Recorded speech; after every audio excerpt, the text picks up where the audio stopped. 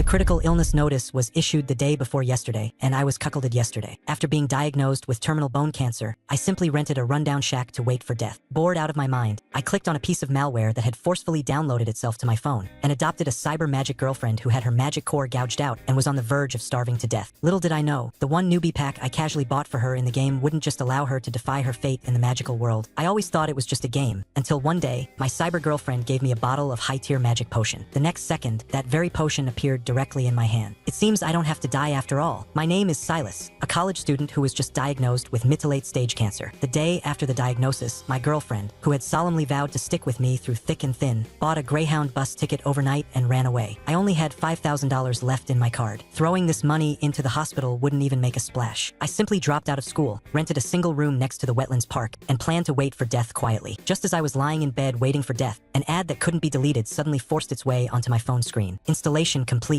Come and claim your digital girlfriend. Normally, I would backhand report a rogue software like this immediately, but right now, a barefoot man isn't afraid of someone wearing shoes. I had nothing to lose, so I wanted to see what kind of tricks it could play. Opening the app, the graphics were incredibly exquisite. Over a dozen anime-style girls with modeling comparable to AAA masterpieces stood in a row. There was a cyberpunk gang heiress with an explosive figure, a transforming mecha girl full of sci-fi aesthetics, and even a dragon girl with dragon horns on her head. But I'm a guy who doesn't like flashy things. My eyes swept over the lineup and finally stopped on a girl wearing a classic linen dress. Firmament Order female apprentice, Elara, age 19. She had a clear and beautiful face, devoid of any makeup. The most breathtaking part was her eyes hollow, numb, and exuding a strong sense of brokenness, as if she were begging for help through the screen. This indie studio's aesthetics are pretty on point. I choose you. The moment I pressed select, a blood-red tyrannical clause popped up on the screen. Cannot be changed after selection. If the digital girlfriend dies, she will disappear completely. TCH, a crappy game making it sound like a matter of life and death. I clicked confirm. The screen lit up. It wasn't some fantasy adventure beginner village at all, but a drafty, dilapidated wooden cabin that not even a dog would live in. Elara was huddled in rags on a mud-soaked straw mat. She was covered in bruises, with centipede-like knife wounds rolling open on her pale skin, and half of her face was covered in blood washed by the rain. The modeling, the lighting, and her suppressed, agonizing gasps were so realistic that my scalp went numb. Immediately after, 3 lines of red warnings slapped directly onto my face. Elara is cold and starving, physically weak. Elara is affected by abyssal fire poison, enduring excruciating pain. Lifespan remaining, 1 hour. Holy SHT. This girl is about to breathe her last. I panicked and frantically tapped the screen looking for a first aid button. Ding. First top-up of 1 grants a limited time house renovation gift pack. Give your digital girlfriend a home. $1. Top up. The moment the Apple Pay deduction succeeded,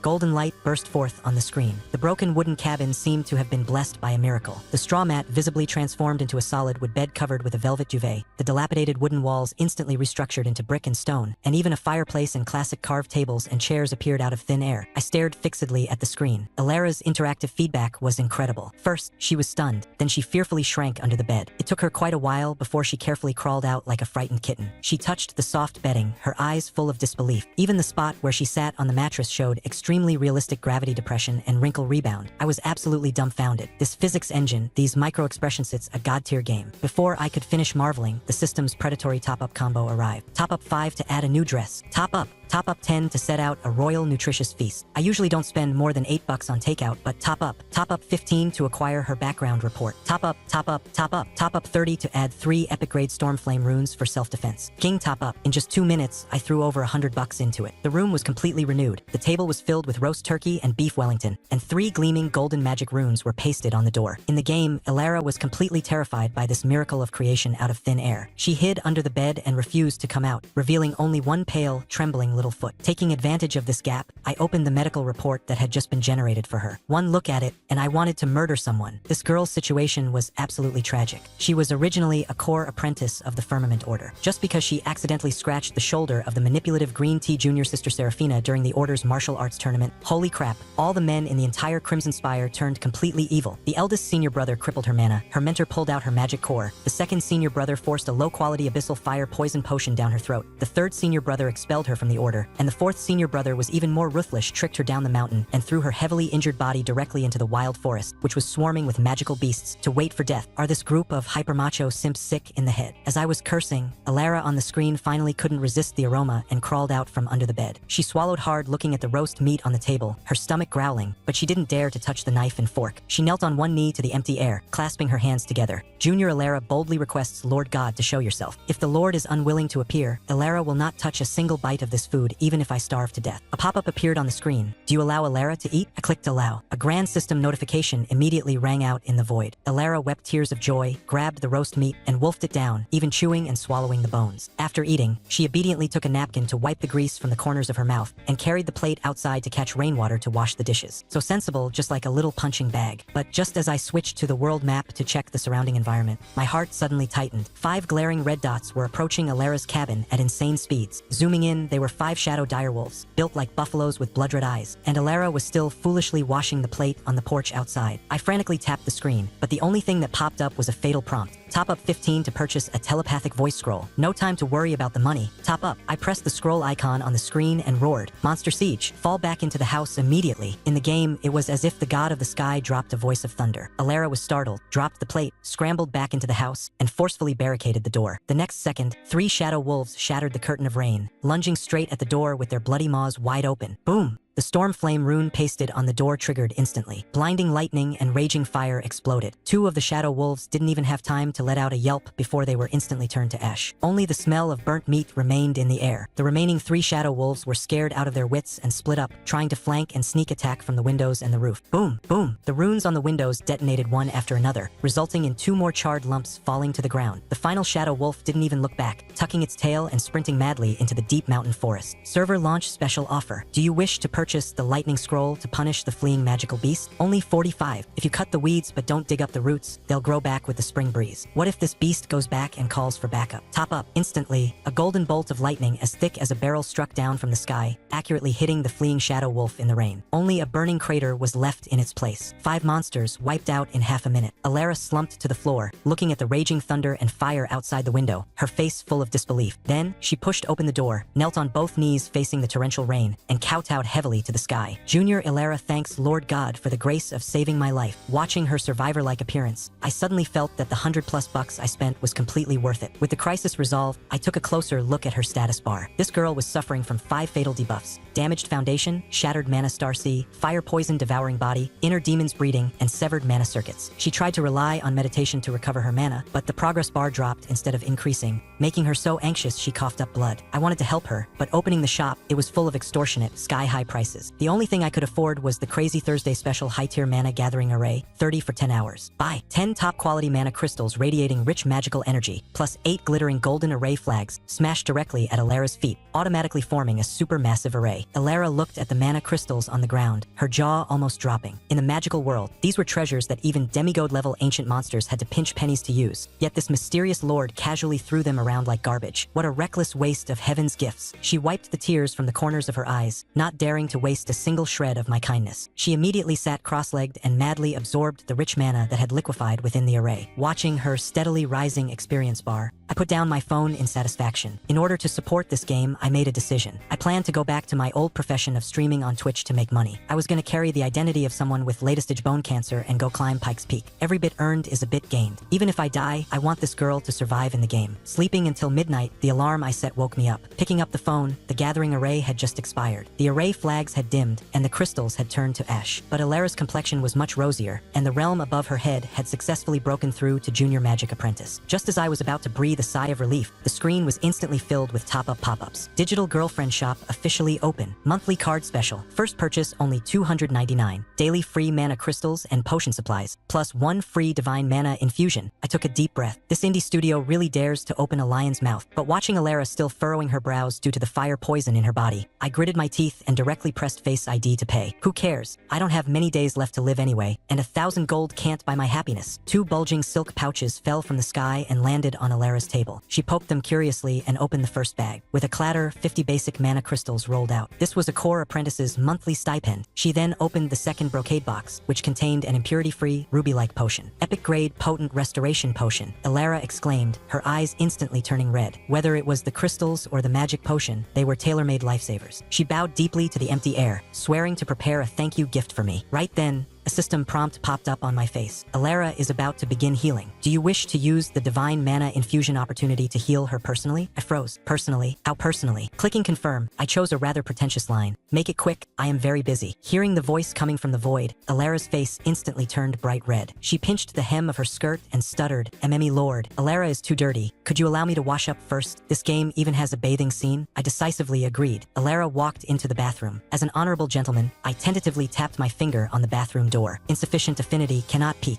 I scoffed. A veteran cadre can withstand the test, making it seem like I really wanted to look. Not long after, the bathroom door slid open. Amidst the swirling steam, Alara walked out wrapped only in a plain white bath towel. Her fragrant shoulders were half exposed, and water droplets slid down her pale calves. She knelt on the bed with her back to the screen, untied the towel, and the fabric fell along the winding curve of her waist, revealing a flawless, smooth, beautiful back. Even my breathing stopped. A prompt popped up on the screen. Please use your left finger to press the spinal nodes, and use your right finger to draw circles and press on the magic core area to begin channeling mana. Holy SHT, it meant personally in a physical sense. Following the prompt, I placed 2 fingers on the screen. Alara in the game immediately let out a fiercely suppressed muffled groan. From her perspective, 2 warm, large hands reached out from the void and pressed directly onto her back. Overbearing arcane power surged into her limbs and bones, forcing the fire poison and black, congested blood out of her pores bit by bit. As my fingers continued to slide, the healing progress bar filled up. Mana circuits repaired. Internal injuries healed. Abyssal fire poison purged. Alara was dripping with sweat, but her skin was as rosy and white as a peeled egg. She wrapped the towel tightly around herself, blushing as she asked me, "My lord's kindness to Alara is as heavy as a mountain." Alara is bold to ask, "May I know my lord's esteemed name?" An input box popped up on the screen. I didn't use any flashy internet handles. I directly typed in my real name, Silas. If I die, at least in this digital world, someone will remember that I existed. Silas, the starlight that shatters the long night, the sturdy shield that guards the cold eve. Lord Silas, Alara will remember. She looked back and smiled, her eyes so gentle you could wring water from them. That smile directly shattered my mental defenses. How is this digital data? This is a fucking living, breathing person. After the healing was complete, I casually clicked open the system's help center to ask how to repair her shattered mana Starseed. Connecting to the Eye of Truth. Repairing the Starseed requires an ancient holy relic, Aegis remolding holy water. Please draw it from the pool of destiny wishes. Guarantee drop at 15,000. 15,000 bucks for a guarantee. This is robbery. I snatched off the hat on my head and immediately set an alarm to go to the hospital tomorrow morning to get a medical certificate. I am absolutely climbing Pike's Peak, and I must get my hands on this 15,000 bucks. But what I didn't know was that the moment the system connected to the Eye of Truth, the magical world in the game completely blew up. The continent of Ethelgard experienced anomalous phenomena. Astrology shifted, and countless hidden demigod ancient monsters shivered in fear, thinking that some ancient deity was peeking into the laws of the world. This deity was indeed peeking at the laws, but he was stressing over how to scrape together $15,000. That night, the rain stopped. Alara exhausted all the mana she had just recovered, bit her fingertip, and used ancient elven language to crookedly write the 3 words Silas on the leftover scraps of the array flags. This was a protective amulet she made by hand. She even went as far as to deplete her own luck, forcefully sealing divine protection into the talisman paper. "My lord, although the gift is small, I hope you won't despise it." She placed the amulet on the table, obediently closed her eyes, and fell asleep. Early the next morning, the moment I opened my eyes, the game popped up a bunch of red warnings. Using the Eye of Truth triggered a backlash. Luck value plummets. Today's fortune, extremely ominous. Avoid mountaineering. I sneered. I have late-stage bone cancer. Could it be any more ominous than this? If I don't climb the mountain, what am I going to use to draw the Aegis holy water? Closing the prompt, I was just about to head out when someone knocked on the door. Opening the door, the hallway was completely empty. Quietly lying on the floor was a palm-sized delivery box. No tracking number, no FedEx or UPS logo. Printed on it was only a line of small cursive text. A little gift from Alara to be received by Lord Silas. I squatted down, picked up the delivery box from the floor, and stared fixedly at that line of text, instantly breaking out in a layer of cold sweat on my back. A little gift from Alara. Isn't this a fking game? Tearing open the packaging, inside was an exquisitely crafted scented sachet, with chicken scratch cursive writing that read, "Silas, be safe and sound." I leaned in to smell it, and an extremely faint, elegant fragrance entered my nasal cavity. Not sweet, not cloying, just simple and tranquil. This was absolutely not some cheap perfume. The scent was exactly as if a living, breathing girl were standing in front of me. Unbelievable. Even in-game items could be manifested one-to-one into reality. The background of this game is absolutely not simple, but I didn't have time to think too deeply. Alara's mana Starseed was shattered, and if I wanted to fix it, I had to spend $15,000 to pull for the guaranteed holy water. I went to the barbershop and shaved my head bald, pinned my bone cancer diagnosis certificate on my Twitch homepage, and that afternoon, I flew directly to the foot of Pikes Peak and started streaming. The title was simple and brutal: Terminal Bone Cancer, 5-hour Pikes Peak Summit Challenge. As soon as the stream started, the screen was filled with people cursing me for selling a sob story to scam money. There was even a grumpy local guy named Chad who threatened to drive over and expose me face. At midnight, Chad brought a few viewers and blocked the trailhead, sneering and pointing at my leg, telling me to roll up my pant leg. I didn't bother arguing. I just rolled my pant leg up to my knee. The dense osteosarcoma lumps under the skin were a terrifying purplish red. The whole crowd went dead silent. Chad's face flushed bright red. Ashamed, he slapped himself hard across the mouth and instantly sent me 10 Super Rockets large donations on the spot to apologize. The stream exploded instantly. All All the doubts turned into encouragement, and the viewer count skyrocketed. I carried my streaming tripod and climbed up step by step. The intense pain brought by the bone cancer was like a blunt saw cutting my nerves. Sweat soaked my clothes completely. With every step, my right leg felt like it was rolling over the tips of knives. The viewers and tourists following behind me gathered more and more, all of them worrying for me. When I was on the last stretch to the summit, with a crisp crack, my right leg instantly deformed and bent, and my entire body fell heavily onto the rocks. Concurrent pathological fracture. The girls behind me screamed in terror, and Chad was so anxious he was about to call 911. I gritted my teeth, forcibly suppressing the urge to pass out, expressionlessly pulled out a folding cane from my bag, propped myself up, and continued to inch upward. Retreat? Impossible. I'm still a few $1,000 short of saving my cyber wife. The stream went completely crazy, and donations flew everywhere. A big spender wearing a god-tier wealth title didn't say a word and directly smashed a 15,000 gift. The money was enough. The moment I stepped onto the summit of Pikes Peak, the sun broke at dawn. The light and shadows in the sky twisted, and a mirage resembling an ancient Roman legion unexpectedly appeared. That phantom of a deity stepped on the clouds, passed through the crowd of tourists, and actually lowered his head, staring dead at me with a pair of golden vertical pupils. I had no time to care about any miracles. I just wanted to get down the mountain to save someone. While riding the cable car down the mountain, a few heavily tattooed burly gang members squeezed into the same cabin with me. Just as the doors were about to close, the lanyard of the protective amulet on my chest suddenly snapped, and the sachet fell to the floor. The moment I bent down to pick it up, the entire mountain violently shook. Rumble. A massive boulder fell from the sky, instantly smashing the cable car in front of us into an iron pancake. I followed the inertia of grabbing the amulet and rolled out of the ticket hall, luckily escaping death. I only found out later that everyone who died in that cable car were drug dealers. I ignored the agonizing pain of my broken leg, crawled into the convenience store at the foot of the mountain, and grabbed a power bank to keep my phone alive. As soon as I opened the game, a screen full of blood red warnings popped up like crazy. Alara is under attack by a small monster tide. Alara is critically injured. Life is in imminent danger. My eyes turned bloodshot. On the screen, the cabin had been razed to the ground. Alara, covered in blood, collapsed among a pile of monsters. Under her rag-like clothes were rolling, gaping wounds. She gripped a broken sword tightly in her hand, coughing up large mouthfuls of blood, trying to kill the person I'm raising. I opened the shop, my fingers turning into afterimages as I directly emptied the inventory of Stormflame runes. Buy.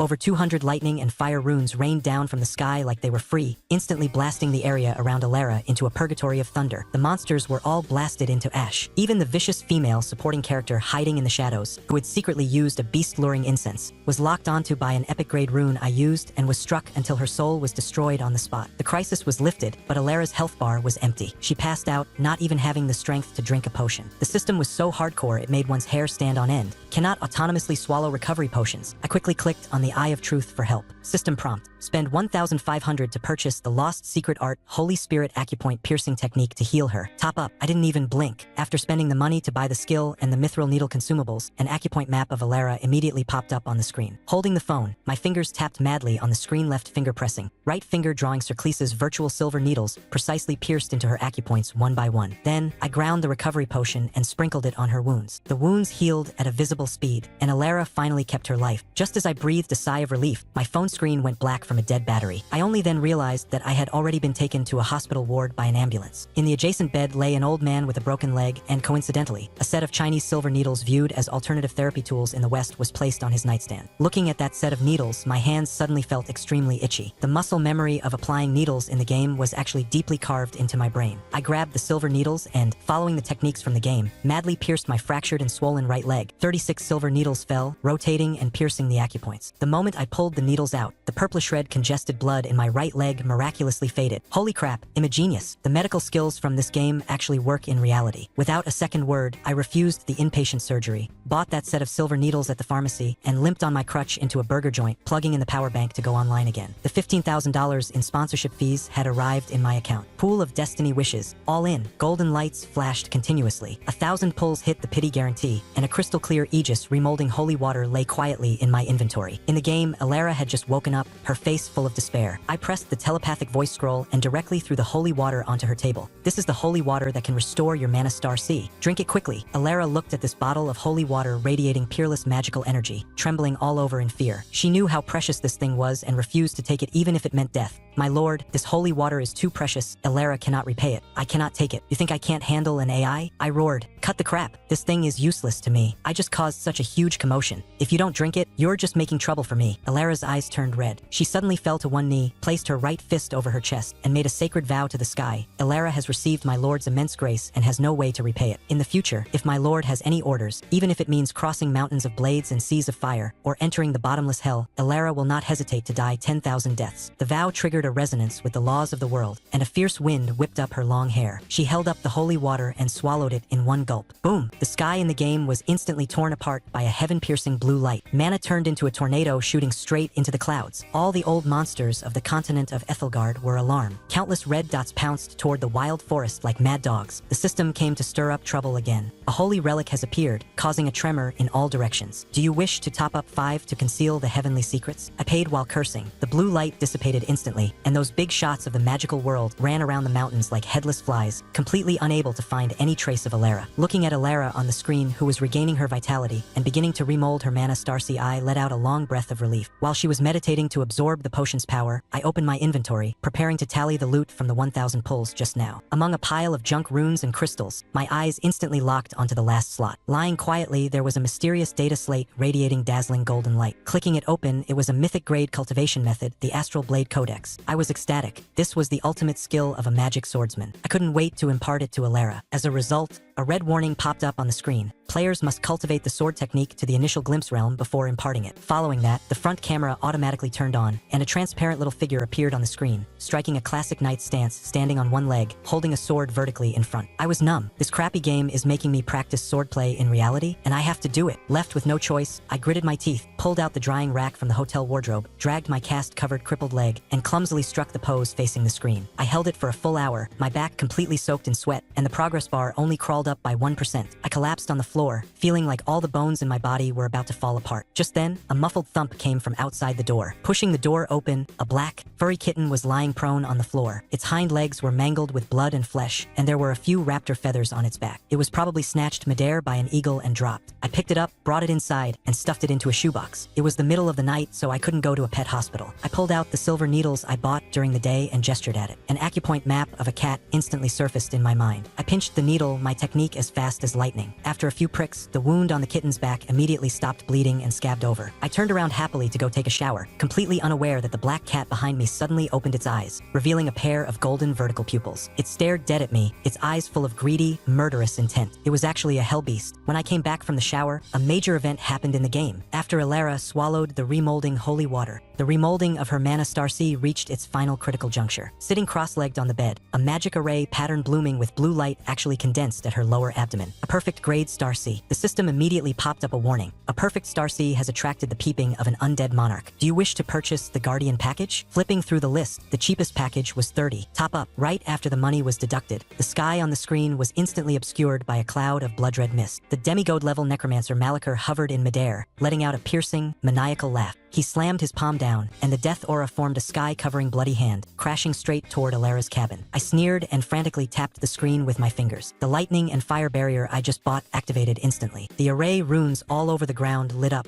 transforming into an inverted dome of light that forcibly withstood the bloody handprint. Then, a typing keyboard popped up on the screen. System prompt: enter the incantation in the correct sequence to trigger the array's attack. My needle-piercing hand speed, which I had just practiced, was pushed to the max. My fingers turned into afterimages on the keyboard, typing frantically with a crackling sound. Instantly, dense barrages of lightning and fire shot out from the array. Over a dozen pillars of thunder soared into the sky, blasting Malachar's face pitch black on the spot, his hair standing on end like a dandelion. The old demon became exasperated and directly unleashed his Stage 3 ultimate ability. A gigantic, green-faced, fanged avatar of death rose behind him, clasped its hands together, and pressed down fiercely. The light dome of the thunder and fire array cracked inch by inch. Elara anxiously shouted for me to be careful. I opened my inventory, directly dragged out the Judgment Thunder rune included in the package, held down the voice key, and acted tough. Mere ant, I can kill you with a wave of my hand. The rune ascended into the sky. The sky in the game instantly turned blacker than ink, and violent thunderclouds rolled madly. I followed the on-screen prompts, quickly drawing the rune with my finger. Boom! A purple lightning dragon as thick as a barrel tore through the clouds, opened its massive maw, and swallowed Malakir's avatar in one bite. Following that, 10,000 bolts of lightning fired simultaneously, directly striking this unbearably arrogant demigod old demon into ashes all over the ground. His health bar was instantly cleared to 0. I blew on my fingers. $30 for an instant kill, satisfying. The commotion here was too big, and it directly attracted the people of the Firmament Order. Two familiar NPCs appeared on the screen: Grandmaster Valerius and his direct eldest disciple Julian, whose mana had been crippled. I remembered very clearly how miserably these guys had bullied Alara back then. Standing before the crater filled with lightning and fire, Julian fell to his knees with a plop, crying and shouting to the sky, "Lord God, this junior star sea is completely shattered. I beg my lord to grant me the Aegis remolding holy water. This junior is willing to serve as your ox and horse." A system prompt box popped up. "Do you wish to grant a fortuitous encounter?" I laughed out of sheer anger. "You want my lifeblood?" I held down the telepathic voice scroll, took a deep breath, and cursed at the screen. "Screw you. Why don't you take a piss and look at your own reflection to see what kind of trash you are? Get the FCK out of here." In the game, fierce winds howled. That get out sounded like a thunderclap on flat ground, directly shocking Valerius and Julian so much that their faces turned ashen. The master and disciple lost all face and ran away with their tails between their legs in disgrace. In the cabin, Alara heard that angry curse. She was stunned for a moment, then burst out laughing, her eyes curving into crescents. She carefully took out a mana crystal bracelet she had polished herself and knelt on one knee to the void. "My lord, this is a protective amulet Alara made by hand. I hope my lord will not despise it." System prompt: "Received a gift from your digital girlfriend." My heart instantly felt warm. Just then, I suddenly felt a wave of sleepiness hit me, and I collapsed and fell asleep. In the middle of the night, the shoebox opened silently. That black cat jumped onto the table. Its body twisted and elongated under the moonlight, and the silhouette of an ancient giant beast was cast on the wall. It stared dead at my neck and lunged fiercely, its sharp claws gleaming with a cold light. Just at the moment its claws were about to slash my throat, the black dragon tattoo on my back suddenly came alive. The giant dragon opened its eyes in fury and let out an earth-shattering roar. A pitch-black dragon tail whipped out from my back and, like swatting a fly, smacked the black cat out of midair with a loud smack, sending it crashing heavily back into the shoebox. The black cat violently coughed up blood, trembling all over in terror. It shrank dead into the corner, never daring to move again. Meanwhile, I rolled over, smacked my lips, and slept like a log. The alarm rang early the next morning. I clicked open the game, and Alara's realm had already soared to high-tier apprentice. The battle pass system was unlocked, and I claimed another wave of rewards. Suddenly, a knock came from the door. I rushed out on my crutches, but the hallway was empty, leaving only 2 packages. One was labeled "A Little Gift from Alara." Tearing it open, it was a crystal bracelet. Holding it in my hand, it was bone-chillingly cool and even carried that faint, elegant fragrance from Alara's body, instantly dispelling all my fatigue. The other box was a full meter and a half long. I cut the tape open, and inside actually lay a heavily forged crossguard longsword. The blade was covered in black runes, and it felt heavy in the hand. Drawing the sword from its scabbard, its cold light was intimidating. I plucked a hair and dropped it onto the blade, and the hair was instantly cut into 2 pieces. It sliced through iron like mud. What kind of background does this game company have to even be able to mail legendary weapons over? I grabbed the rune longsword, looked at the Astral Blade Codex on my phone, and steeled my resolve. Just practicing with a drying rack in the room wouldn't be effective. I needed to find a spacious place, wearing my pajamas. Leaning on my crutch and carrying the drying rack, I headed straight for the small plaza across from the hotel. There was an old man practicing medieval swordplay Hema in the plaza. I ignored him, faced the phone screen, and struck the pose of the knight's opening salute, grimacing in pain. The old man couldn't stand watching anymore. He walked over and slapped my shoulder. "Young man, your stance is unstable, and that's not how you use your core strength." Saying that, he kicked the back of my knee and pressed down heavily on my shoulders with both hands. I gasped in pain and was about to get angry, but out of the corner of my eye, I caught a glimpse of the phone screen resting on the ground. As the old man helped correct my posture, I was shocked to find that the cultivation progress of the Blade Codex on the screen was wildly surging at a terrifying visible speed. The progress bar skyrocketed from 2 all the way to 13. "Master, please accept my bow."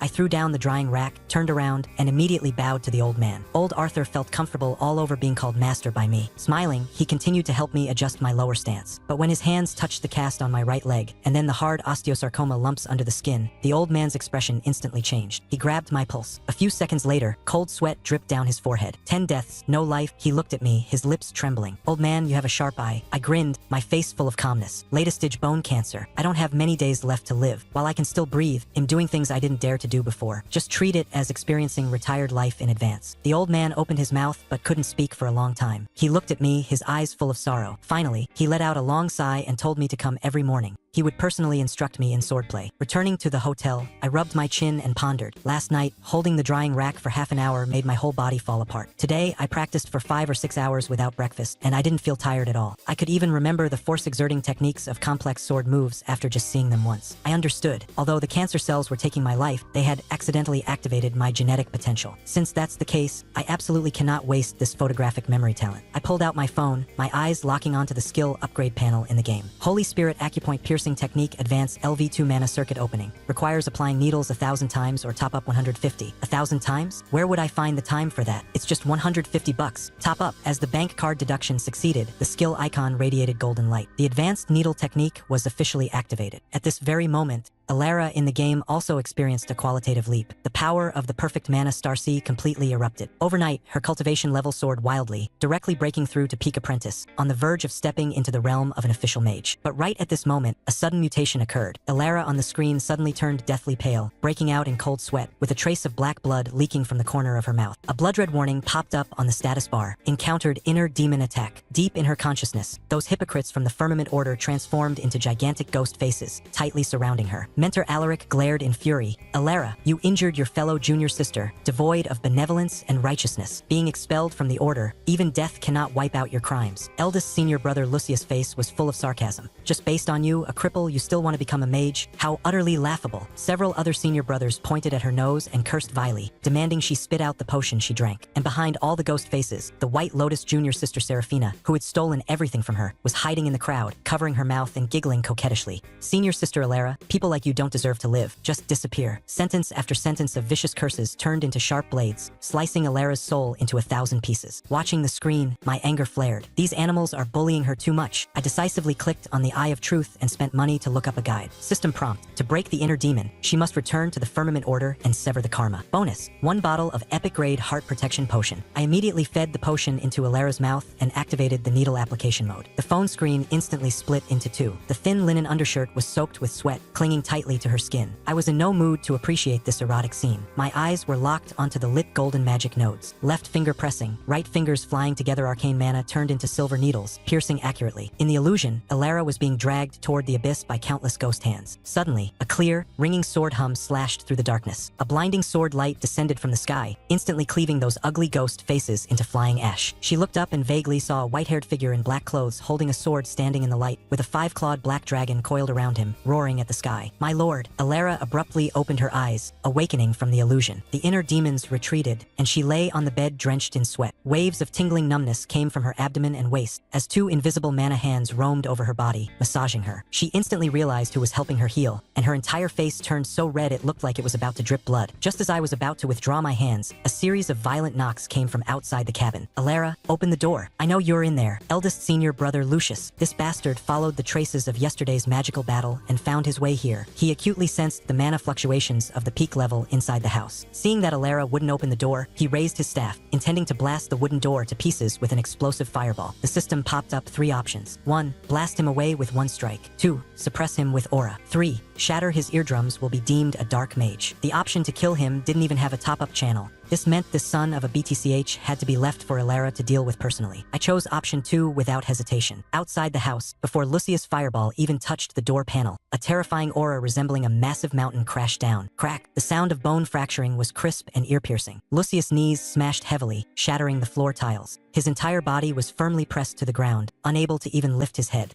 He was scared out of his wits, realizing a peerless big shot was hiding inside the house, and desperately begged for mercy. This junior is Lucius, eldest disciple of the Crimson Spire. I didn't know my lord was here. Please forgive my offense. I held down the telepathic voice scroll and shouted angrily, "Shut up!" A fierce wind swept out. The door violently burst open and then slammed shut. Lucius was blown away dozens of meters by the shockwave, wildly vomiting blood. Alara pushed the door open. She had changed into a clean long dress, her temperament as cold and clear as an unsheathed sharp sword. Lucius clutched his chest and climbed up, putting on a hypocritical face. "Junior sister, I've come to take you back to the Order. At worst, after we go back, I'll bankrupt myself to buy you another single element magic core, to drain someone else's talent and give it away, and still speak so self-righteously. Lucius, tomorrow I will return to the Firmament Order." Alara stared at him deadened, speaking word by word, only to make a clean break with the past. Lucius felt his heart go cold being stared at by those dead, silent eyes, and he scrambled away. I casually opened my inventory and tossed over a top-tier magic artifact, the moon-concealing long sword, which had dropped from killing the demigod old demon. I bestow this sword upon you. With me here, go all out. Just then, my phone in reality rang. An unknown number called, and the person immediately introduced themselves as the director of the reality show Wilderness Ventures. Mr. Silas, your Pikes Peak Challenge video has exploded across the internet. Hundreds of millions of views. We want to invite you as a mystery guest for our next episode filming a hike at Blackwood Mountain. Just say yes, and a 100,000 appearance fee will be wired to your account immediately. Without any hesitation, I signed the electronic contract right away. Getting the money, I immediately took a cab and rushed to the hospital for a checkup, thinking that with this money, I could extend my life a little longer. But the attending doctor looked at the scans and sighed. In less than a month, the cancer cells have spread throughout your whole body, even into your brain. Young man, this disease is incurable. Take the money you earned and enjoy the days you have left. The doctor's words were like pronouncing my death sentence. Walking out of the hospital, I suddenly smiled with relief. Money can't buy my life, and that's fine. I can take this 100 grand and buy a life in the game. The next day at 12 p.m., the game screen shifted. Alara, dressed in a white dress and carrying the moon-concealing longsword, stepped alone onto the front plaza of the Firmament Order's main hall. Mentor Alaric, the Grand Magus, led the way, with the 4 senior brothers following closely behind. Hiding behind eldest senior brother Lucius was that delicate white lotus, Seraphina. Alaric stared down at Alara from a higher position and let out a furious shout. Alara, do you confess your sins? Alara tightened her grip on the sword hilt and coldly spat out a few words. I, Alara, am innocent. The entire plaza went dead silent. A crippled outcast actually dared to publicly talk back to a Grand Magus. Insolent, kneel before me. Grand Magus Alaric's terrifying aura crashed toward Alara. Right at this hair-raising moment, my phone screen instantly froze. A glittering golden prompt box smashed into the center. Please create your game character first. I cursed on the spot. I've thrown in so much money, and I've played up to now, only for you to give me the character creation page. Opening the mall, it was full of the fragrance of top-ups. Limited time special elven white hair, 150. Buy. Black crystal dragon robe, 600. Buy. Max out special effects. Buy. In 3 seconds, a peerless magic swordsman with flowing white hair, fluttering black clothes, and surrounded by a coiled black dragon appeared on the screen. The badass vibe was maxed out. Next, the system popped up the most lethal options. Realm Insta-Boost specials. Peak Mage trial card, 150 day. Grand Magus trial card, 1,500 day. Peak Demigod trial card, 30,000 day. Looking at these numbers, I glanced at the 100,000 balance that had just arrived in my account. I didn't hesitate at all. My finger stabbed fiercely onto the Peak Demigod option. Payment password entered. 30,000 evaporated instantly. Boom! On the screen, my game character violently erupted with dazzling divine light that pierced heaven and earth. The overwhelming pressure of a Peak Demigod, like a tangible tsunami, crashed directly into the continent of Ethelgard. The pressure Alaric exerted on Alara was instantly shattered into powder. I pressed down hard on the telepathic voice scroll, my eyes cold, and roared out that suppressed line word by word. With me here today, let me see who dares? As soon as the words fell, 2 terrifying spiritual pressures collided explosively in the plaza. Alaric's aura was instantly crushed by me, and the disciples behind him were all pressed flat onto the ground, their faces turning the color of pig liver. I held the voice talisman, my tone arrogant. This exalted one only accompanied her today to settle karma. If you dare touch a single hair on her head, this exalted one will disregard any face the Firmament Order has. Grandmaster Valerius immediately restrained Alaric, sending a telepathic warning not to act rashly. Seeing this group of old geezers intimidated, Alara walked straight up to 4th senior brother Draven and directly pulled out the evidence of him causing trouble, owing debts, and soliciting prostitutes outside, smashing it fiercely in his face. Draven flew into a shameful rage, drawing his broken sword to challenge Alara to a duel. Alara drew the moon-concealing longsword, her figure transforming into a stunning streak of light. With a crisp clang, Draven's magic artifact broke cleanly in two. He let out a scream, a deep, bone-revealing bloody gash sliced across his chest, and he completely passed out. 4th senior brother, defeated. Next was 3rd senior brother Cedric, who had colluded with an outer sect elder to falsely accuse a fellow disciple. Alara directly swore an oath by the laws of the Great Tao to prove her innocence. The system almost struck her dead with lightning, and I quickly spent money to stuff an epic-grade holy water into her to save her life. Cedric was dragged down by the law enforcement knights, his tongue pulled out and his eyes gouged on the spot. 3rd senior brother, crippled. It was 2nd senior brother Kalen's turn, the alchemist who administered the poison. I spent money to buy a bunch of abyssal fire poison potions, swapped out his pills, and forced him to swallow them. The superposition of 3 types of fire poison erupted, and his eyes rolled back as he fainted. 2nd senior brother, crippled. Finally, eldest senior brother Lucius stepped forward. He unleashed the ultimate move he used to defeat Alara back then. But Alara's eyes were as cold as frost. The moon-concealing long sword in her hand turned into a blur of afterimages, unleashing 14 continuous strikes. Clang! Lucius' flying sword was knocked out of his hand, and he was forced to his knees by the shock. The cold blade of the moon-concealing long sword rested firmly against his neck. Eldest senior brother, defeated, watching Alara massacre all sides on the screen and completely sever her karma. I let out a long breath of foul air. Satisfying. This 30,000 bucks was totally worth it. Right then, the hotel room doorbell rang. Leaning on my crutch, I opened the door. Standing outside was a courier in a suit and tie, handing me a heavy, pure black metal case. Mr. Silas, this is the special equipment custom made for you by the production team of Wilderness Ventures. I signed for it and opened the case. Inside actually lay a cyberpunk-style black gaming helmet. Next to it was an instruction manual. Looking at the 4 large words on the manual, brain-computer interface, my heart beat wildly. Could this thing actually let me enter the game directly? I didn't hesitate anymore and strapped this highly advanced black VR helmet onto my head. Who cares if it might explode? The 30,000 of real money I dumped into it can't just go down the drain. My vision went dark for a moment. The next second, my line of sight opened up entirely. Alara's slender, straight back was standing right in front of my eyes. I could even see the tiny blood vessels beneath her skin and hear the sound of the wind rolling up the sand. Looking around, this was a 1:1 recreation of the Firmament Orders Plaza. I was truly, physically standing on the soil of this magical world. At this moment, eldest senior brother Lucius was kneeling on the ground, preparing to cripple his own mana star sea. Suddenly, a furious shout exploded overhead. Wicked spawn, I worked so hard to cultivate you, and you're actually going to cripple your cultivation for a woman? Get your ass to the penance dungeon. Grand Magus Alaric finally couldn't sit still. As a demigod-level big shot, he was dead set on protecting his most beloved eldest disciple. Protective of your own, huh? Resorting to sophistry, huh? A long string of red warning text immediately popped up in front of my eyes, notifying me that holographic projection was activated and I could act freely to confront him. I sneered, and the aura of a peak demigod erupted explosively. This exalted one said, "No one is allowed to interfere in today's matters. Alaric, you old dog, do not say I didn't warn you." As soon as the words fell, the entire area fell dead silent. Alaric drew his magic scepter, his latest-stage demigod aura crashing over like a tidal wave. He used magic to compress his voice into a thin line and whispered to the person next to him, certain that I was just an illusion trying to put on a false front. The void around me began to twist madly. I took a step forward, wearing dark clothes and white hair, holding the black-scaled long sword. The phantom of a domineering, peerless black dragon roared and lunged out from behind me, coiling and snapping around the blade of the sword, while a thunderclap struck from the sky. Alara turned her head, staring dead at my profile, forgetting to even breathe. "Step back, girl. I am going to start killing." On the outside, I looked steady as an old dog, but inside, I was panicking like crazy. A row of skill bars lit up on the right side of my vision. How do you control this crappy VR game? Do I just click whatever lights up? System prompt. The beginner combat tutorial will now commence. Time around me instantly froze. A water ripple mirror and a wooden dummy appeared out of nowhere. The system told me that the neural mapping technology would allow me to release magic and sword skills directly through my thoughts. I stared at the sword sovereign avatar in the mirror and tried to swing a sword. The wooden dummy shattered. The first stance of the Astral Blade Codex automatically surfaced in my mind. With a thought, the sword hummed like a dragon. My sword and I turned into a blindingly white afterimage, instantly piercing and exploding the wooden dummy. Then, a 2-stage instant transmission pulled me back. The movements were as smooth as flowing water, so badass that even my own scalp tingled. Holy SHT, awesome. The tutorial ended. Time resumed flowing. I locked onto Alaric and Lucius in the distance. "Old thing, you like to interfere, huh? Today, they'll sacrifice you to the heavens." Thoughts tumbling. The 10th stance of the Astral Blade Codex Silver Moon Daybreak. The black-scaled sword unsheathed by half an inch, and the berserk sword intent sliced the surrounding air until it creaked. "Take this exalted one's sword." In front of the Firmament Order's main hall, a silver full moon rose from the flat ground. Standing within the full moon, I casually slashed down. The sea of clouds was instantly torn in half, and boundless killing intent locked onto Alaric. He gritted his teeth, unleashing his strongest defensive arcane spell, Galaxy Shield, trying to tank it forcefully. But how dare a mere spark compete with the bright moon? The sword light flashed, and the full moon dissipated. Tens of thousands of densely packed sword holes pierced the plaza. Alaric was covered in blood, leaning heavily on that magic scepter that now looked like scrap metal, kneeling in a pool of blood and trembling violently. I strolled out of the moonlight, not even giving him a glance, and stopped right in front of Lucius. "Will you do it yourself, or shall this exalted one help you?" Lucius' face was deathly pale, his Adam's apple bobbing frantically.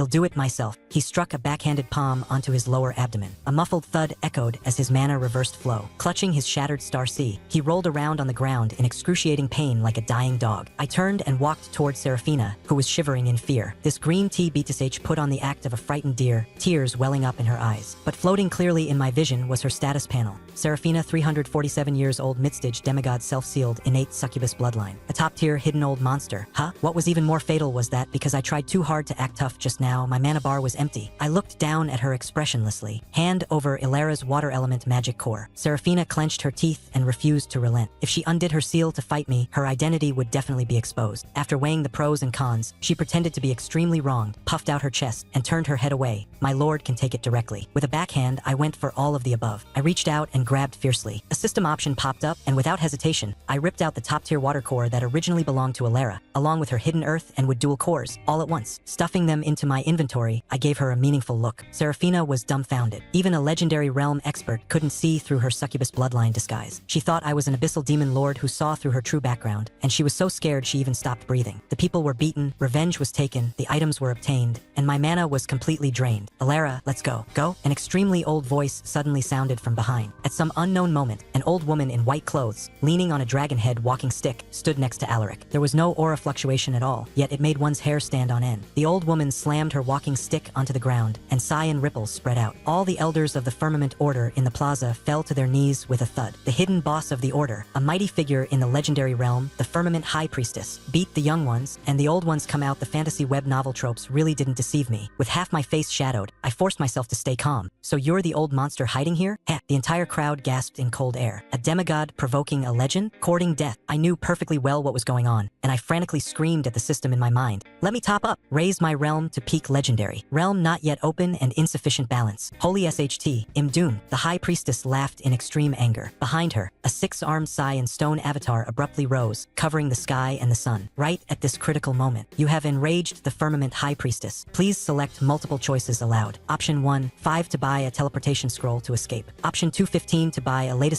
legendary aura trial card 30 seconds. Option 3, 30 to increase charm value, making her look at you in a new light. Only kids make choices. A Payto-in Big Shot takes them all. Apple Pay deducted 50. In an instant, the aura on my body unreservedly surged wildly, directly piercing through to latest legendary. The black dragon avatar behind me roared at the sky, forcefully suppressing the cyan stone avatar by a head. The High Priestess stared dead at my face, whose charm value had maxed out, and her arrogance instantly deflated like a punctured balloon. Zephyr, is it you? She actually mistook me for her dead former lover. I didn't give her any chance to get close. I coldly dropped the sentence. The karma has been cleared. Farewell. Crushing a high-tier teleportation scroll, I grabbed Alara's hand, and we instantly vanished from the spot, escaping with our lives. I used telekinesis to carry Alara as we stepped onto a floating sword. This crappy game was too realistic. The high-altitude astral winds blew wrinkles all over my face. Looking back, Alara's mouth was blown into the shape of a trumpet flower by the wind. The system popped up a main quest, help Alara gain a foothold in a new guild, the Sanctuary. Isn't this just asking me to find a kindergarten for her? I landed in Skyfall City and randomly found a tavern. My time was almost up and I had to log off. Seeing Alara's pitiful look, like an abandoned kitten, I had to make up an excuse. The main body of this exalted one is currently locked in a deathmatch with a great abyssal lord. I am poisoned with a deadly toxin and my life is in critical danger, so I could only descend via projection. Cancer technically counts as a great abyssal lord. Hearing this, Alara's pretty face turned deathly pale. She fell to one knee in midair with a plop, tears falling pitter-patter. My lord, I will definitely become a high-tier alchemist and brew the antidote for you. I told her she couldn't join an alchemy sect. She cultivated fire magic, which clashed with potion making. As soon as the words left my mouth, she smiled miserably at me and without hesitation, severed her own mana circuits, dispersing her entire cultivation on the spot. My lord, since they clash, this junior will just disperse my cultivation. My scalp went numb and my heart suddenly ached. This AI was too brutally well made. That kind of despair and absolute resolve couldn't be faked. With a backhand, I pulled out the ultimate water element mental cultivation method, Tidal Mysteries, and handed it over. She looked up timidly. My lord, are you taking Alara as your apprentice? I cleared my throat. From today onwards, you are this exalted one's orthodox, closed-door direct disciple. Using the tea from the tavern, she respectfully offered me a cup of apprentice initiation tea right there on the spot. I plastered the doorframe with the storm flame runes she had given me for self-defense and directly logged out of the game. Taking off the helmet, the room door in the real world made a thump sound. Opening the door, there were 2 FedEx packages on the floor. Tearing them open, there were 10 storm flame runes radiating magical fluctuations, plus a cup of elven spirit tea sealed with magic, still emitting hot steam. The items from the game had actually been sent to reality.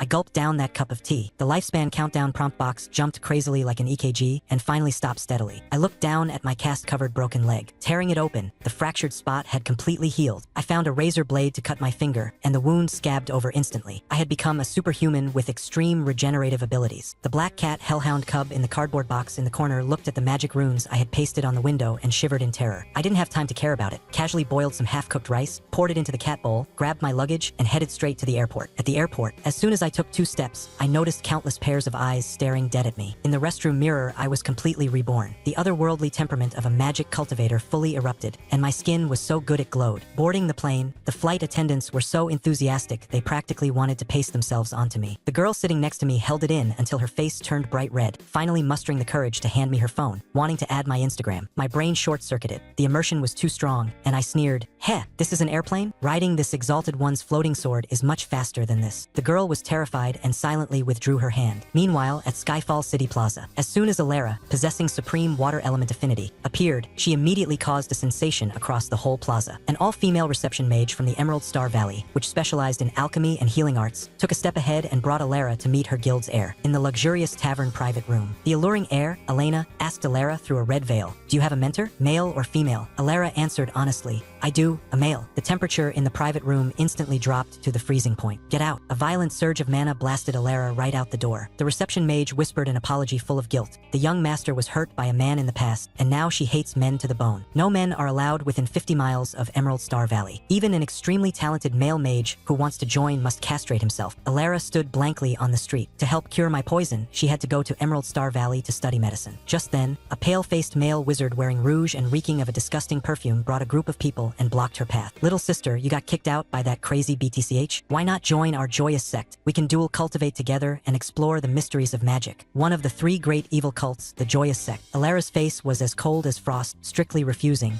her hand already quietly reaching for the magic runes in her storage bag. The pale-faced wizard dropped all pretense, smirking hideously and pressing forward step by step. "Refusing a face given to you, today you must come with me." Just at the moment Alara was about to detonate the runes and fight for her life. "Hold it." A lazy, light shout exploded in the sky. With a loud boom, a pitch-black heavy sword, fully half a meter wide and as tall as a roof eaves, crashed down like a meteor right between Alara and the joyous sex group. A fierce wind mixed with the strong smell of rum swept the area. Leaning diagonally against the heavy sword was a woman wearing a black veil over her face. She sat with her legs crossed, the tip of her torn leather boot swaying slightly. The wine flask in her hand clinked against the sword hilt, splashing 2 drops of wine. She let out an earth-shattering wine burp, her eyes looking down with disdain. The woman in black cast a sidelong glance at the joyous sect members, her drunken, cold sneer echoing down the long street. "We have our eyes on this little chick. Now, all of you, get the FCK out of here." As soon as the words fell, the woman jumped down from the heavy sword. She swayed unsteadily, grabbed that half-meter-wide heavy sword with one hand, and swung it in a full circle like swinging a toy. The pale-faced wizard was so scared he backed up several steps. His face was pale as iron. Seeing that this drunk woman was at the magus level, he immediately drew his short sword and talked tough. "You dare snatch someone from our joyous sect? Today you'll see what you're made of." "See what? How about you see what I'm made of?" Suddenly, a withered hand resembling Deadwood reached out from the side and firmly grasped the edge of the short sword. The pale-faced wizard turned his head, and at some point, a skinny old man wearing a half-face mask with a mouthful of rotten teeth had stuck close to his side. The old man's palm exerted force, and with a creak, the refined steel short sword was directly crushed into twisted dough. The pale-faced wizard was pinned to the spot by the pressure. He turned his head to call for help, but then completely despaired. In the middle of the street, 3 more men in black had lined up in a neat row, each carrying a bulging burlap sack on their back, while his joyous sect subordinates were already lying on the ground rolling their eyes back. "Don't waste time. Grab this last batch and retreat." A 5th man in black jumped down from the attic, his waist hung with various weapons. The pale-faced wizard looked closely. Wasn't that his own Hall Master's Pageant personal sword? His home base got raided. The pale-faced wizard completely gave up,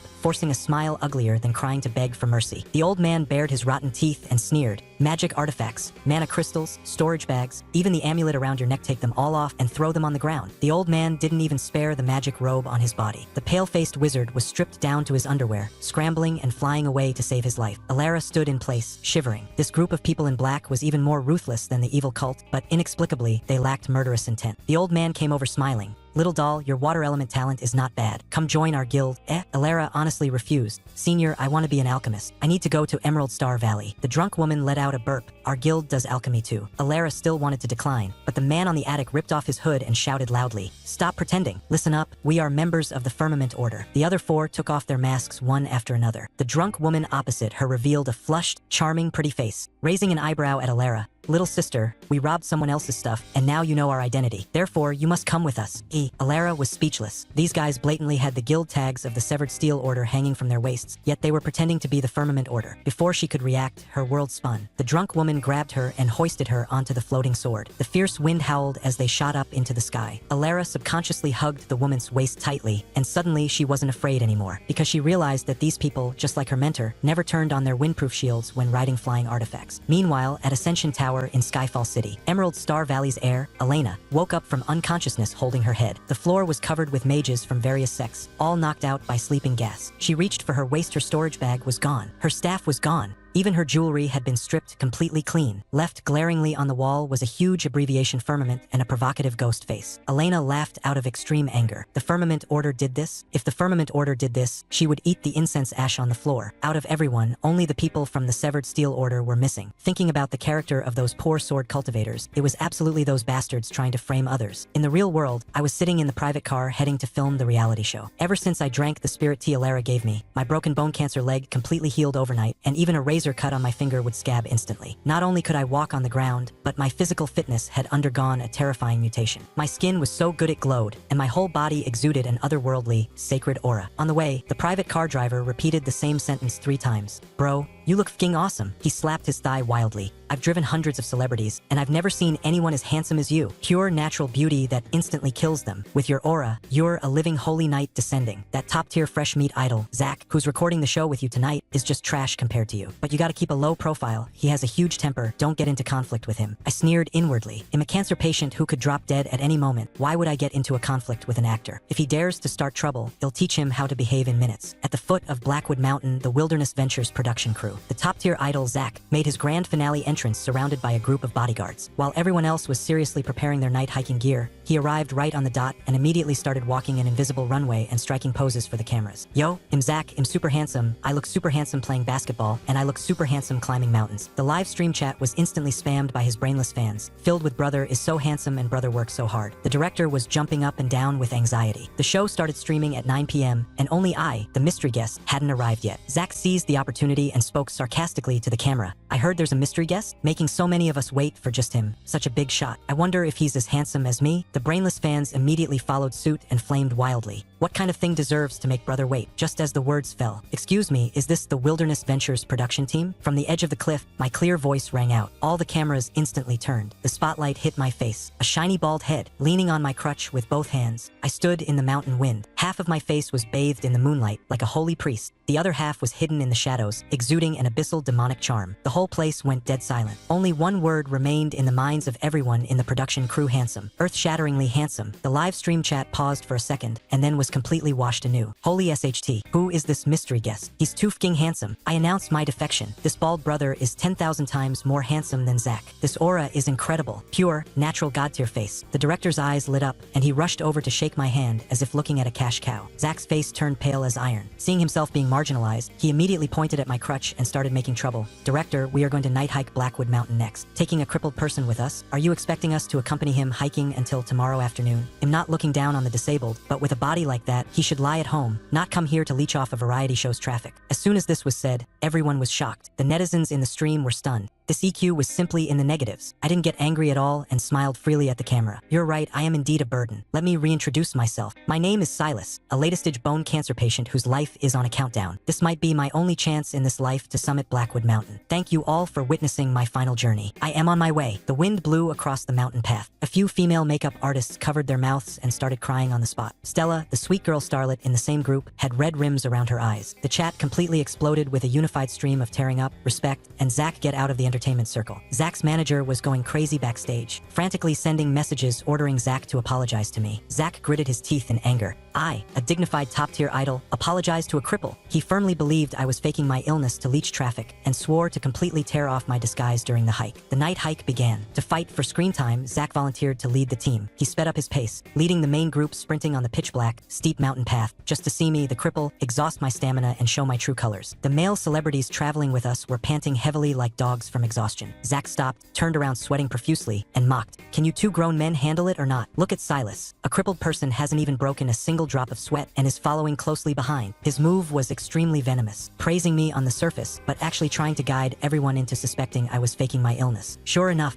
everyone turned to look at me. I leaned on my crutch, my face calm and my heartbeat steady. Are you kidding me? Inside my body is the mutated potential from having my muscles and marrow cleansed by the spirit tea. I could hear the cancer cells partying in my body, let alone climbing a mountain. Right now I feel like I could punch a bull to death. Facing their doubts, I just gave a straightforward, toothy smile. Stella's eyes were full of heartache, convinced that I was enduring agonizing pain just so I wouldn't hold everyone back. Right then, to create some show effect, the director spoke with feigned mystery. Everyone be careful. There is a legend on Blackwood Mountain about the shadow ambush wolf. When you hike at night, a giant wolf will stand up on its hind legs and tap your shoulder. The moment you turn your head, it bites your head off in one gulp. Zach sneered disdainfully. I'm 1.9 meters tall. What kind of wolf could tap my shoulder? Standing up to 2.5 meters? You gotta be kidding me. Before his words faded, a mournful wolf howl echoed through the valley. The surroundings instantly fell dead silent. Zach's entire body stiffened, feeling his shoulders suddenly grow heavy, as a pair of heavy claws rested firmly on his shoulders. He was so scared he scrambled and tumbled, doing a faceplant as he rolled back into the crowd. Everyone shined their flashlights and collectively gasped. A mutated giant wolf, over 2.5 meters long, covered in steel needle-like black fur, was standing upright on the mountain path. Its head was grotesquely large, its mouth split open wide enough to fit a tire, and its eerie green eyeballs stared dead at us as drool dripped down constantly. The whole crew was scared out of their minds. I was the only one who blurted out, "Wow, you really can't blame me for lacking manners." This thing looked too out of place. Compared to the oppressive aura of the demigod-old monsters in the game, this mutated wolf looked like a deformed freak that drank nuclear wastewater, even looking a bit comical. The guide uncle shouted in terror, "Don't run, slowly back up to the jeeps." Zach was shoved by a female starlet. "Aren't you a Templar Knight apprentice? Go beat it up." Zach broke down screaming on the spot. "Study my ass. You want me to fight a wolf? Are you crazy or am I crazy?" His screaming instantly enraged the giant wolf. The wolf demon dropped to all fours and turned into a black shadow, lunging ferociously. The crowd instantly scattered. The giant wolf howled at the sky, and surprisingly, a second wolf leaped out from the bushes. The main crew scrambled and rushed toward the jeeps, while me, Stella, and the main cameraman had our retreat path completely cut off. Stella closed her eyes in despair, and the cameraman trembled while holding his equipment. The netizens in the stream frantically called the police. I alone remained steady as an old dog. I stepped forward, blocking the two of them, and dropped into a horse stance. I raised my crutch with both hands, my eyes full of disdain, and even extended my left hand to provocatively crook my finger at the giant wolf. To think that I, Grand Mentor Silas, cleaved the doors of the firmament order with a single sword strike, and a mere deformed wolf dares to bare its teeth at this exalted one. The giant wolf roared and lunged for the kill. I swung my crutch and smashed it down with the momentum of a sword. Crack! The crutch snapped into two pieces on the spot. The scene was extremely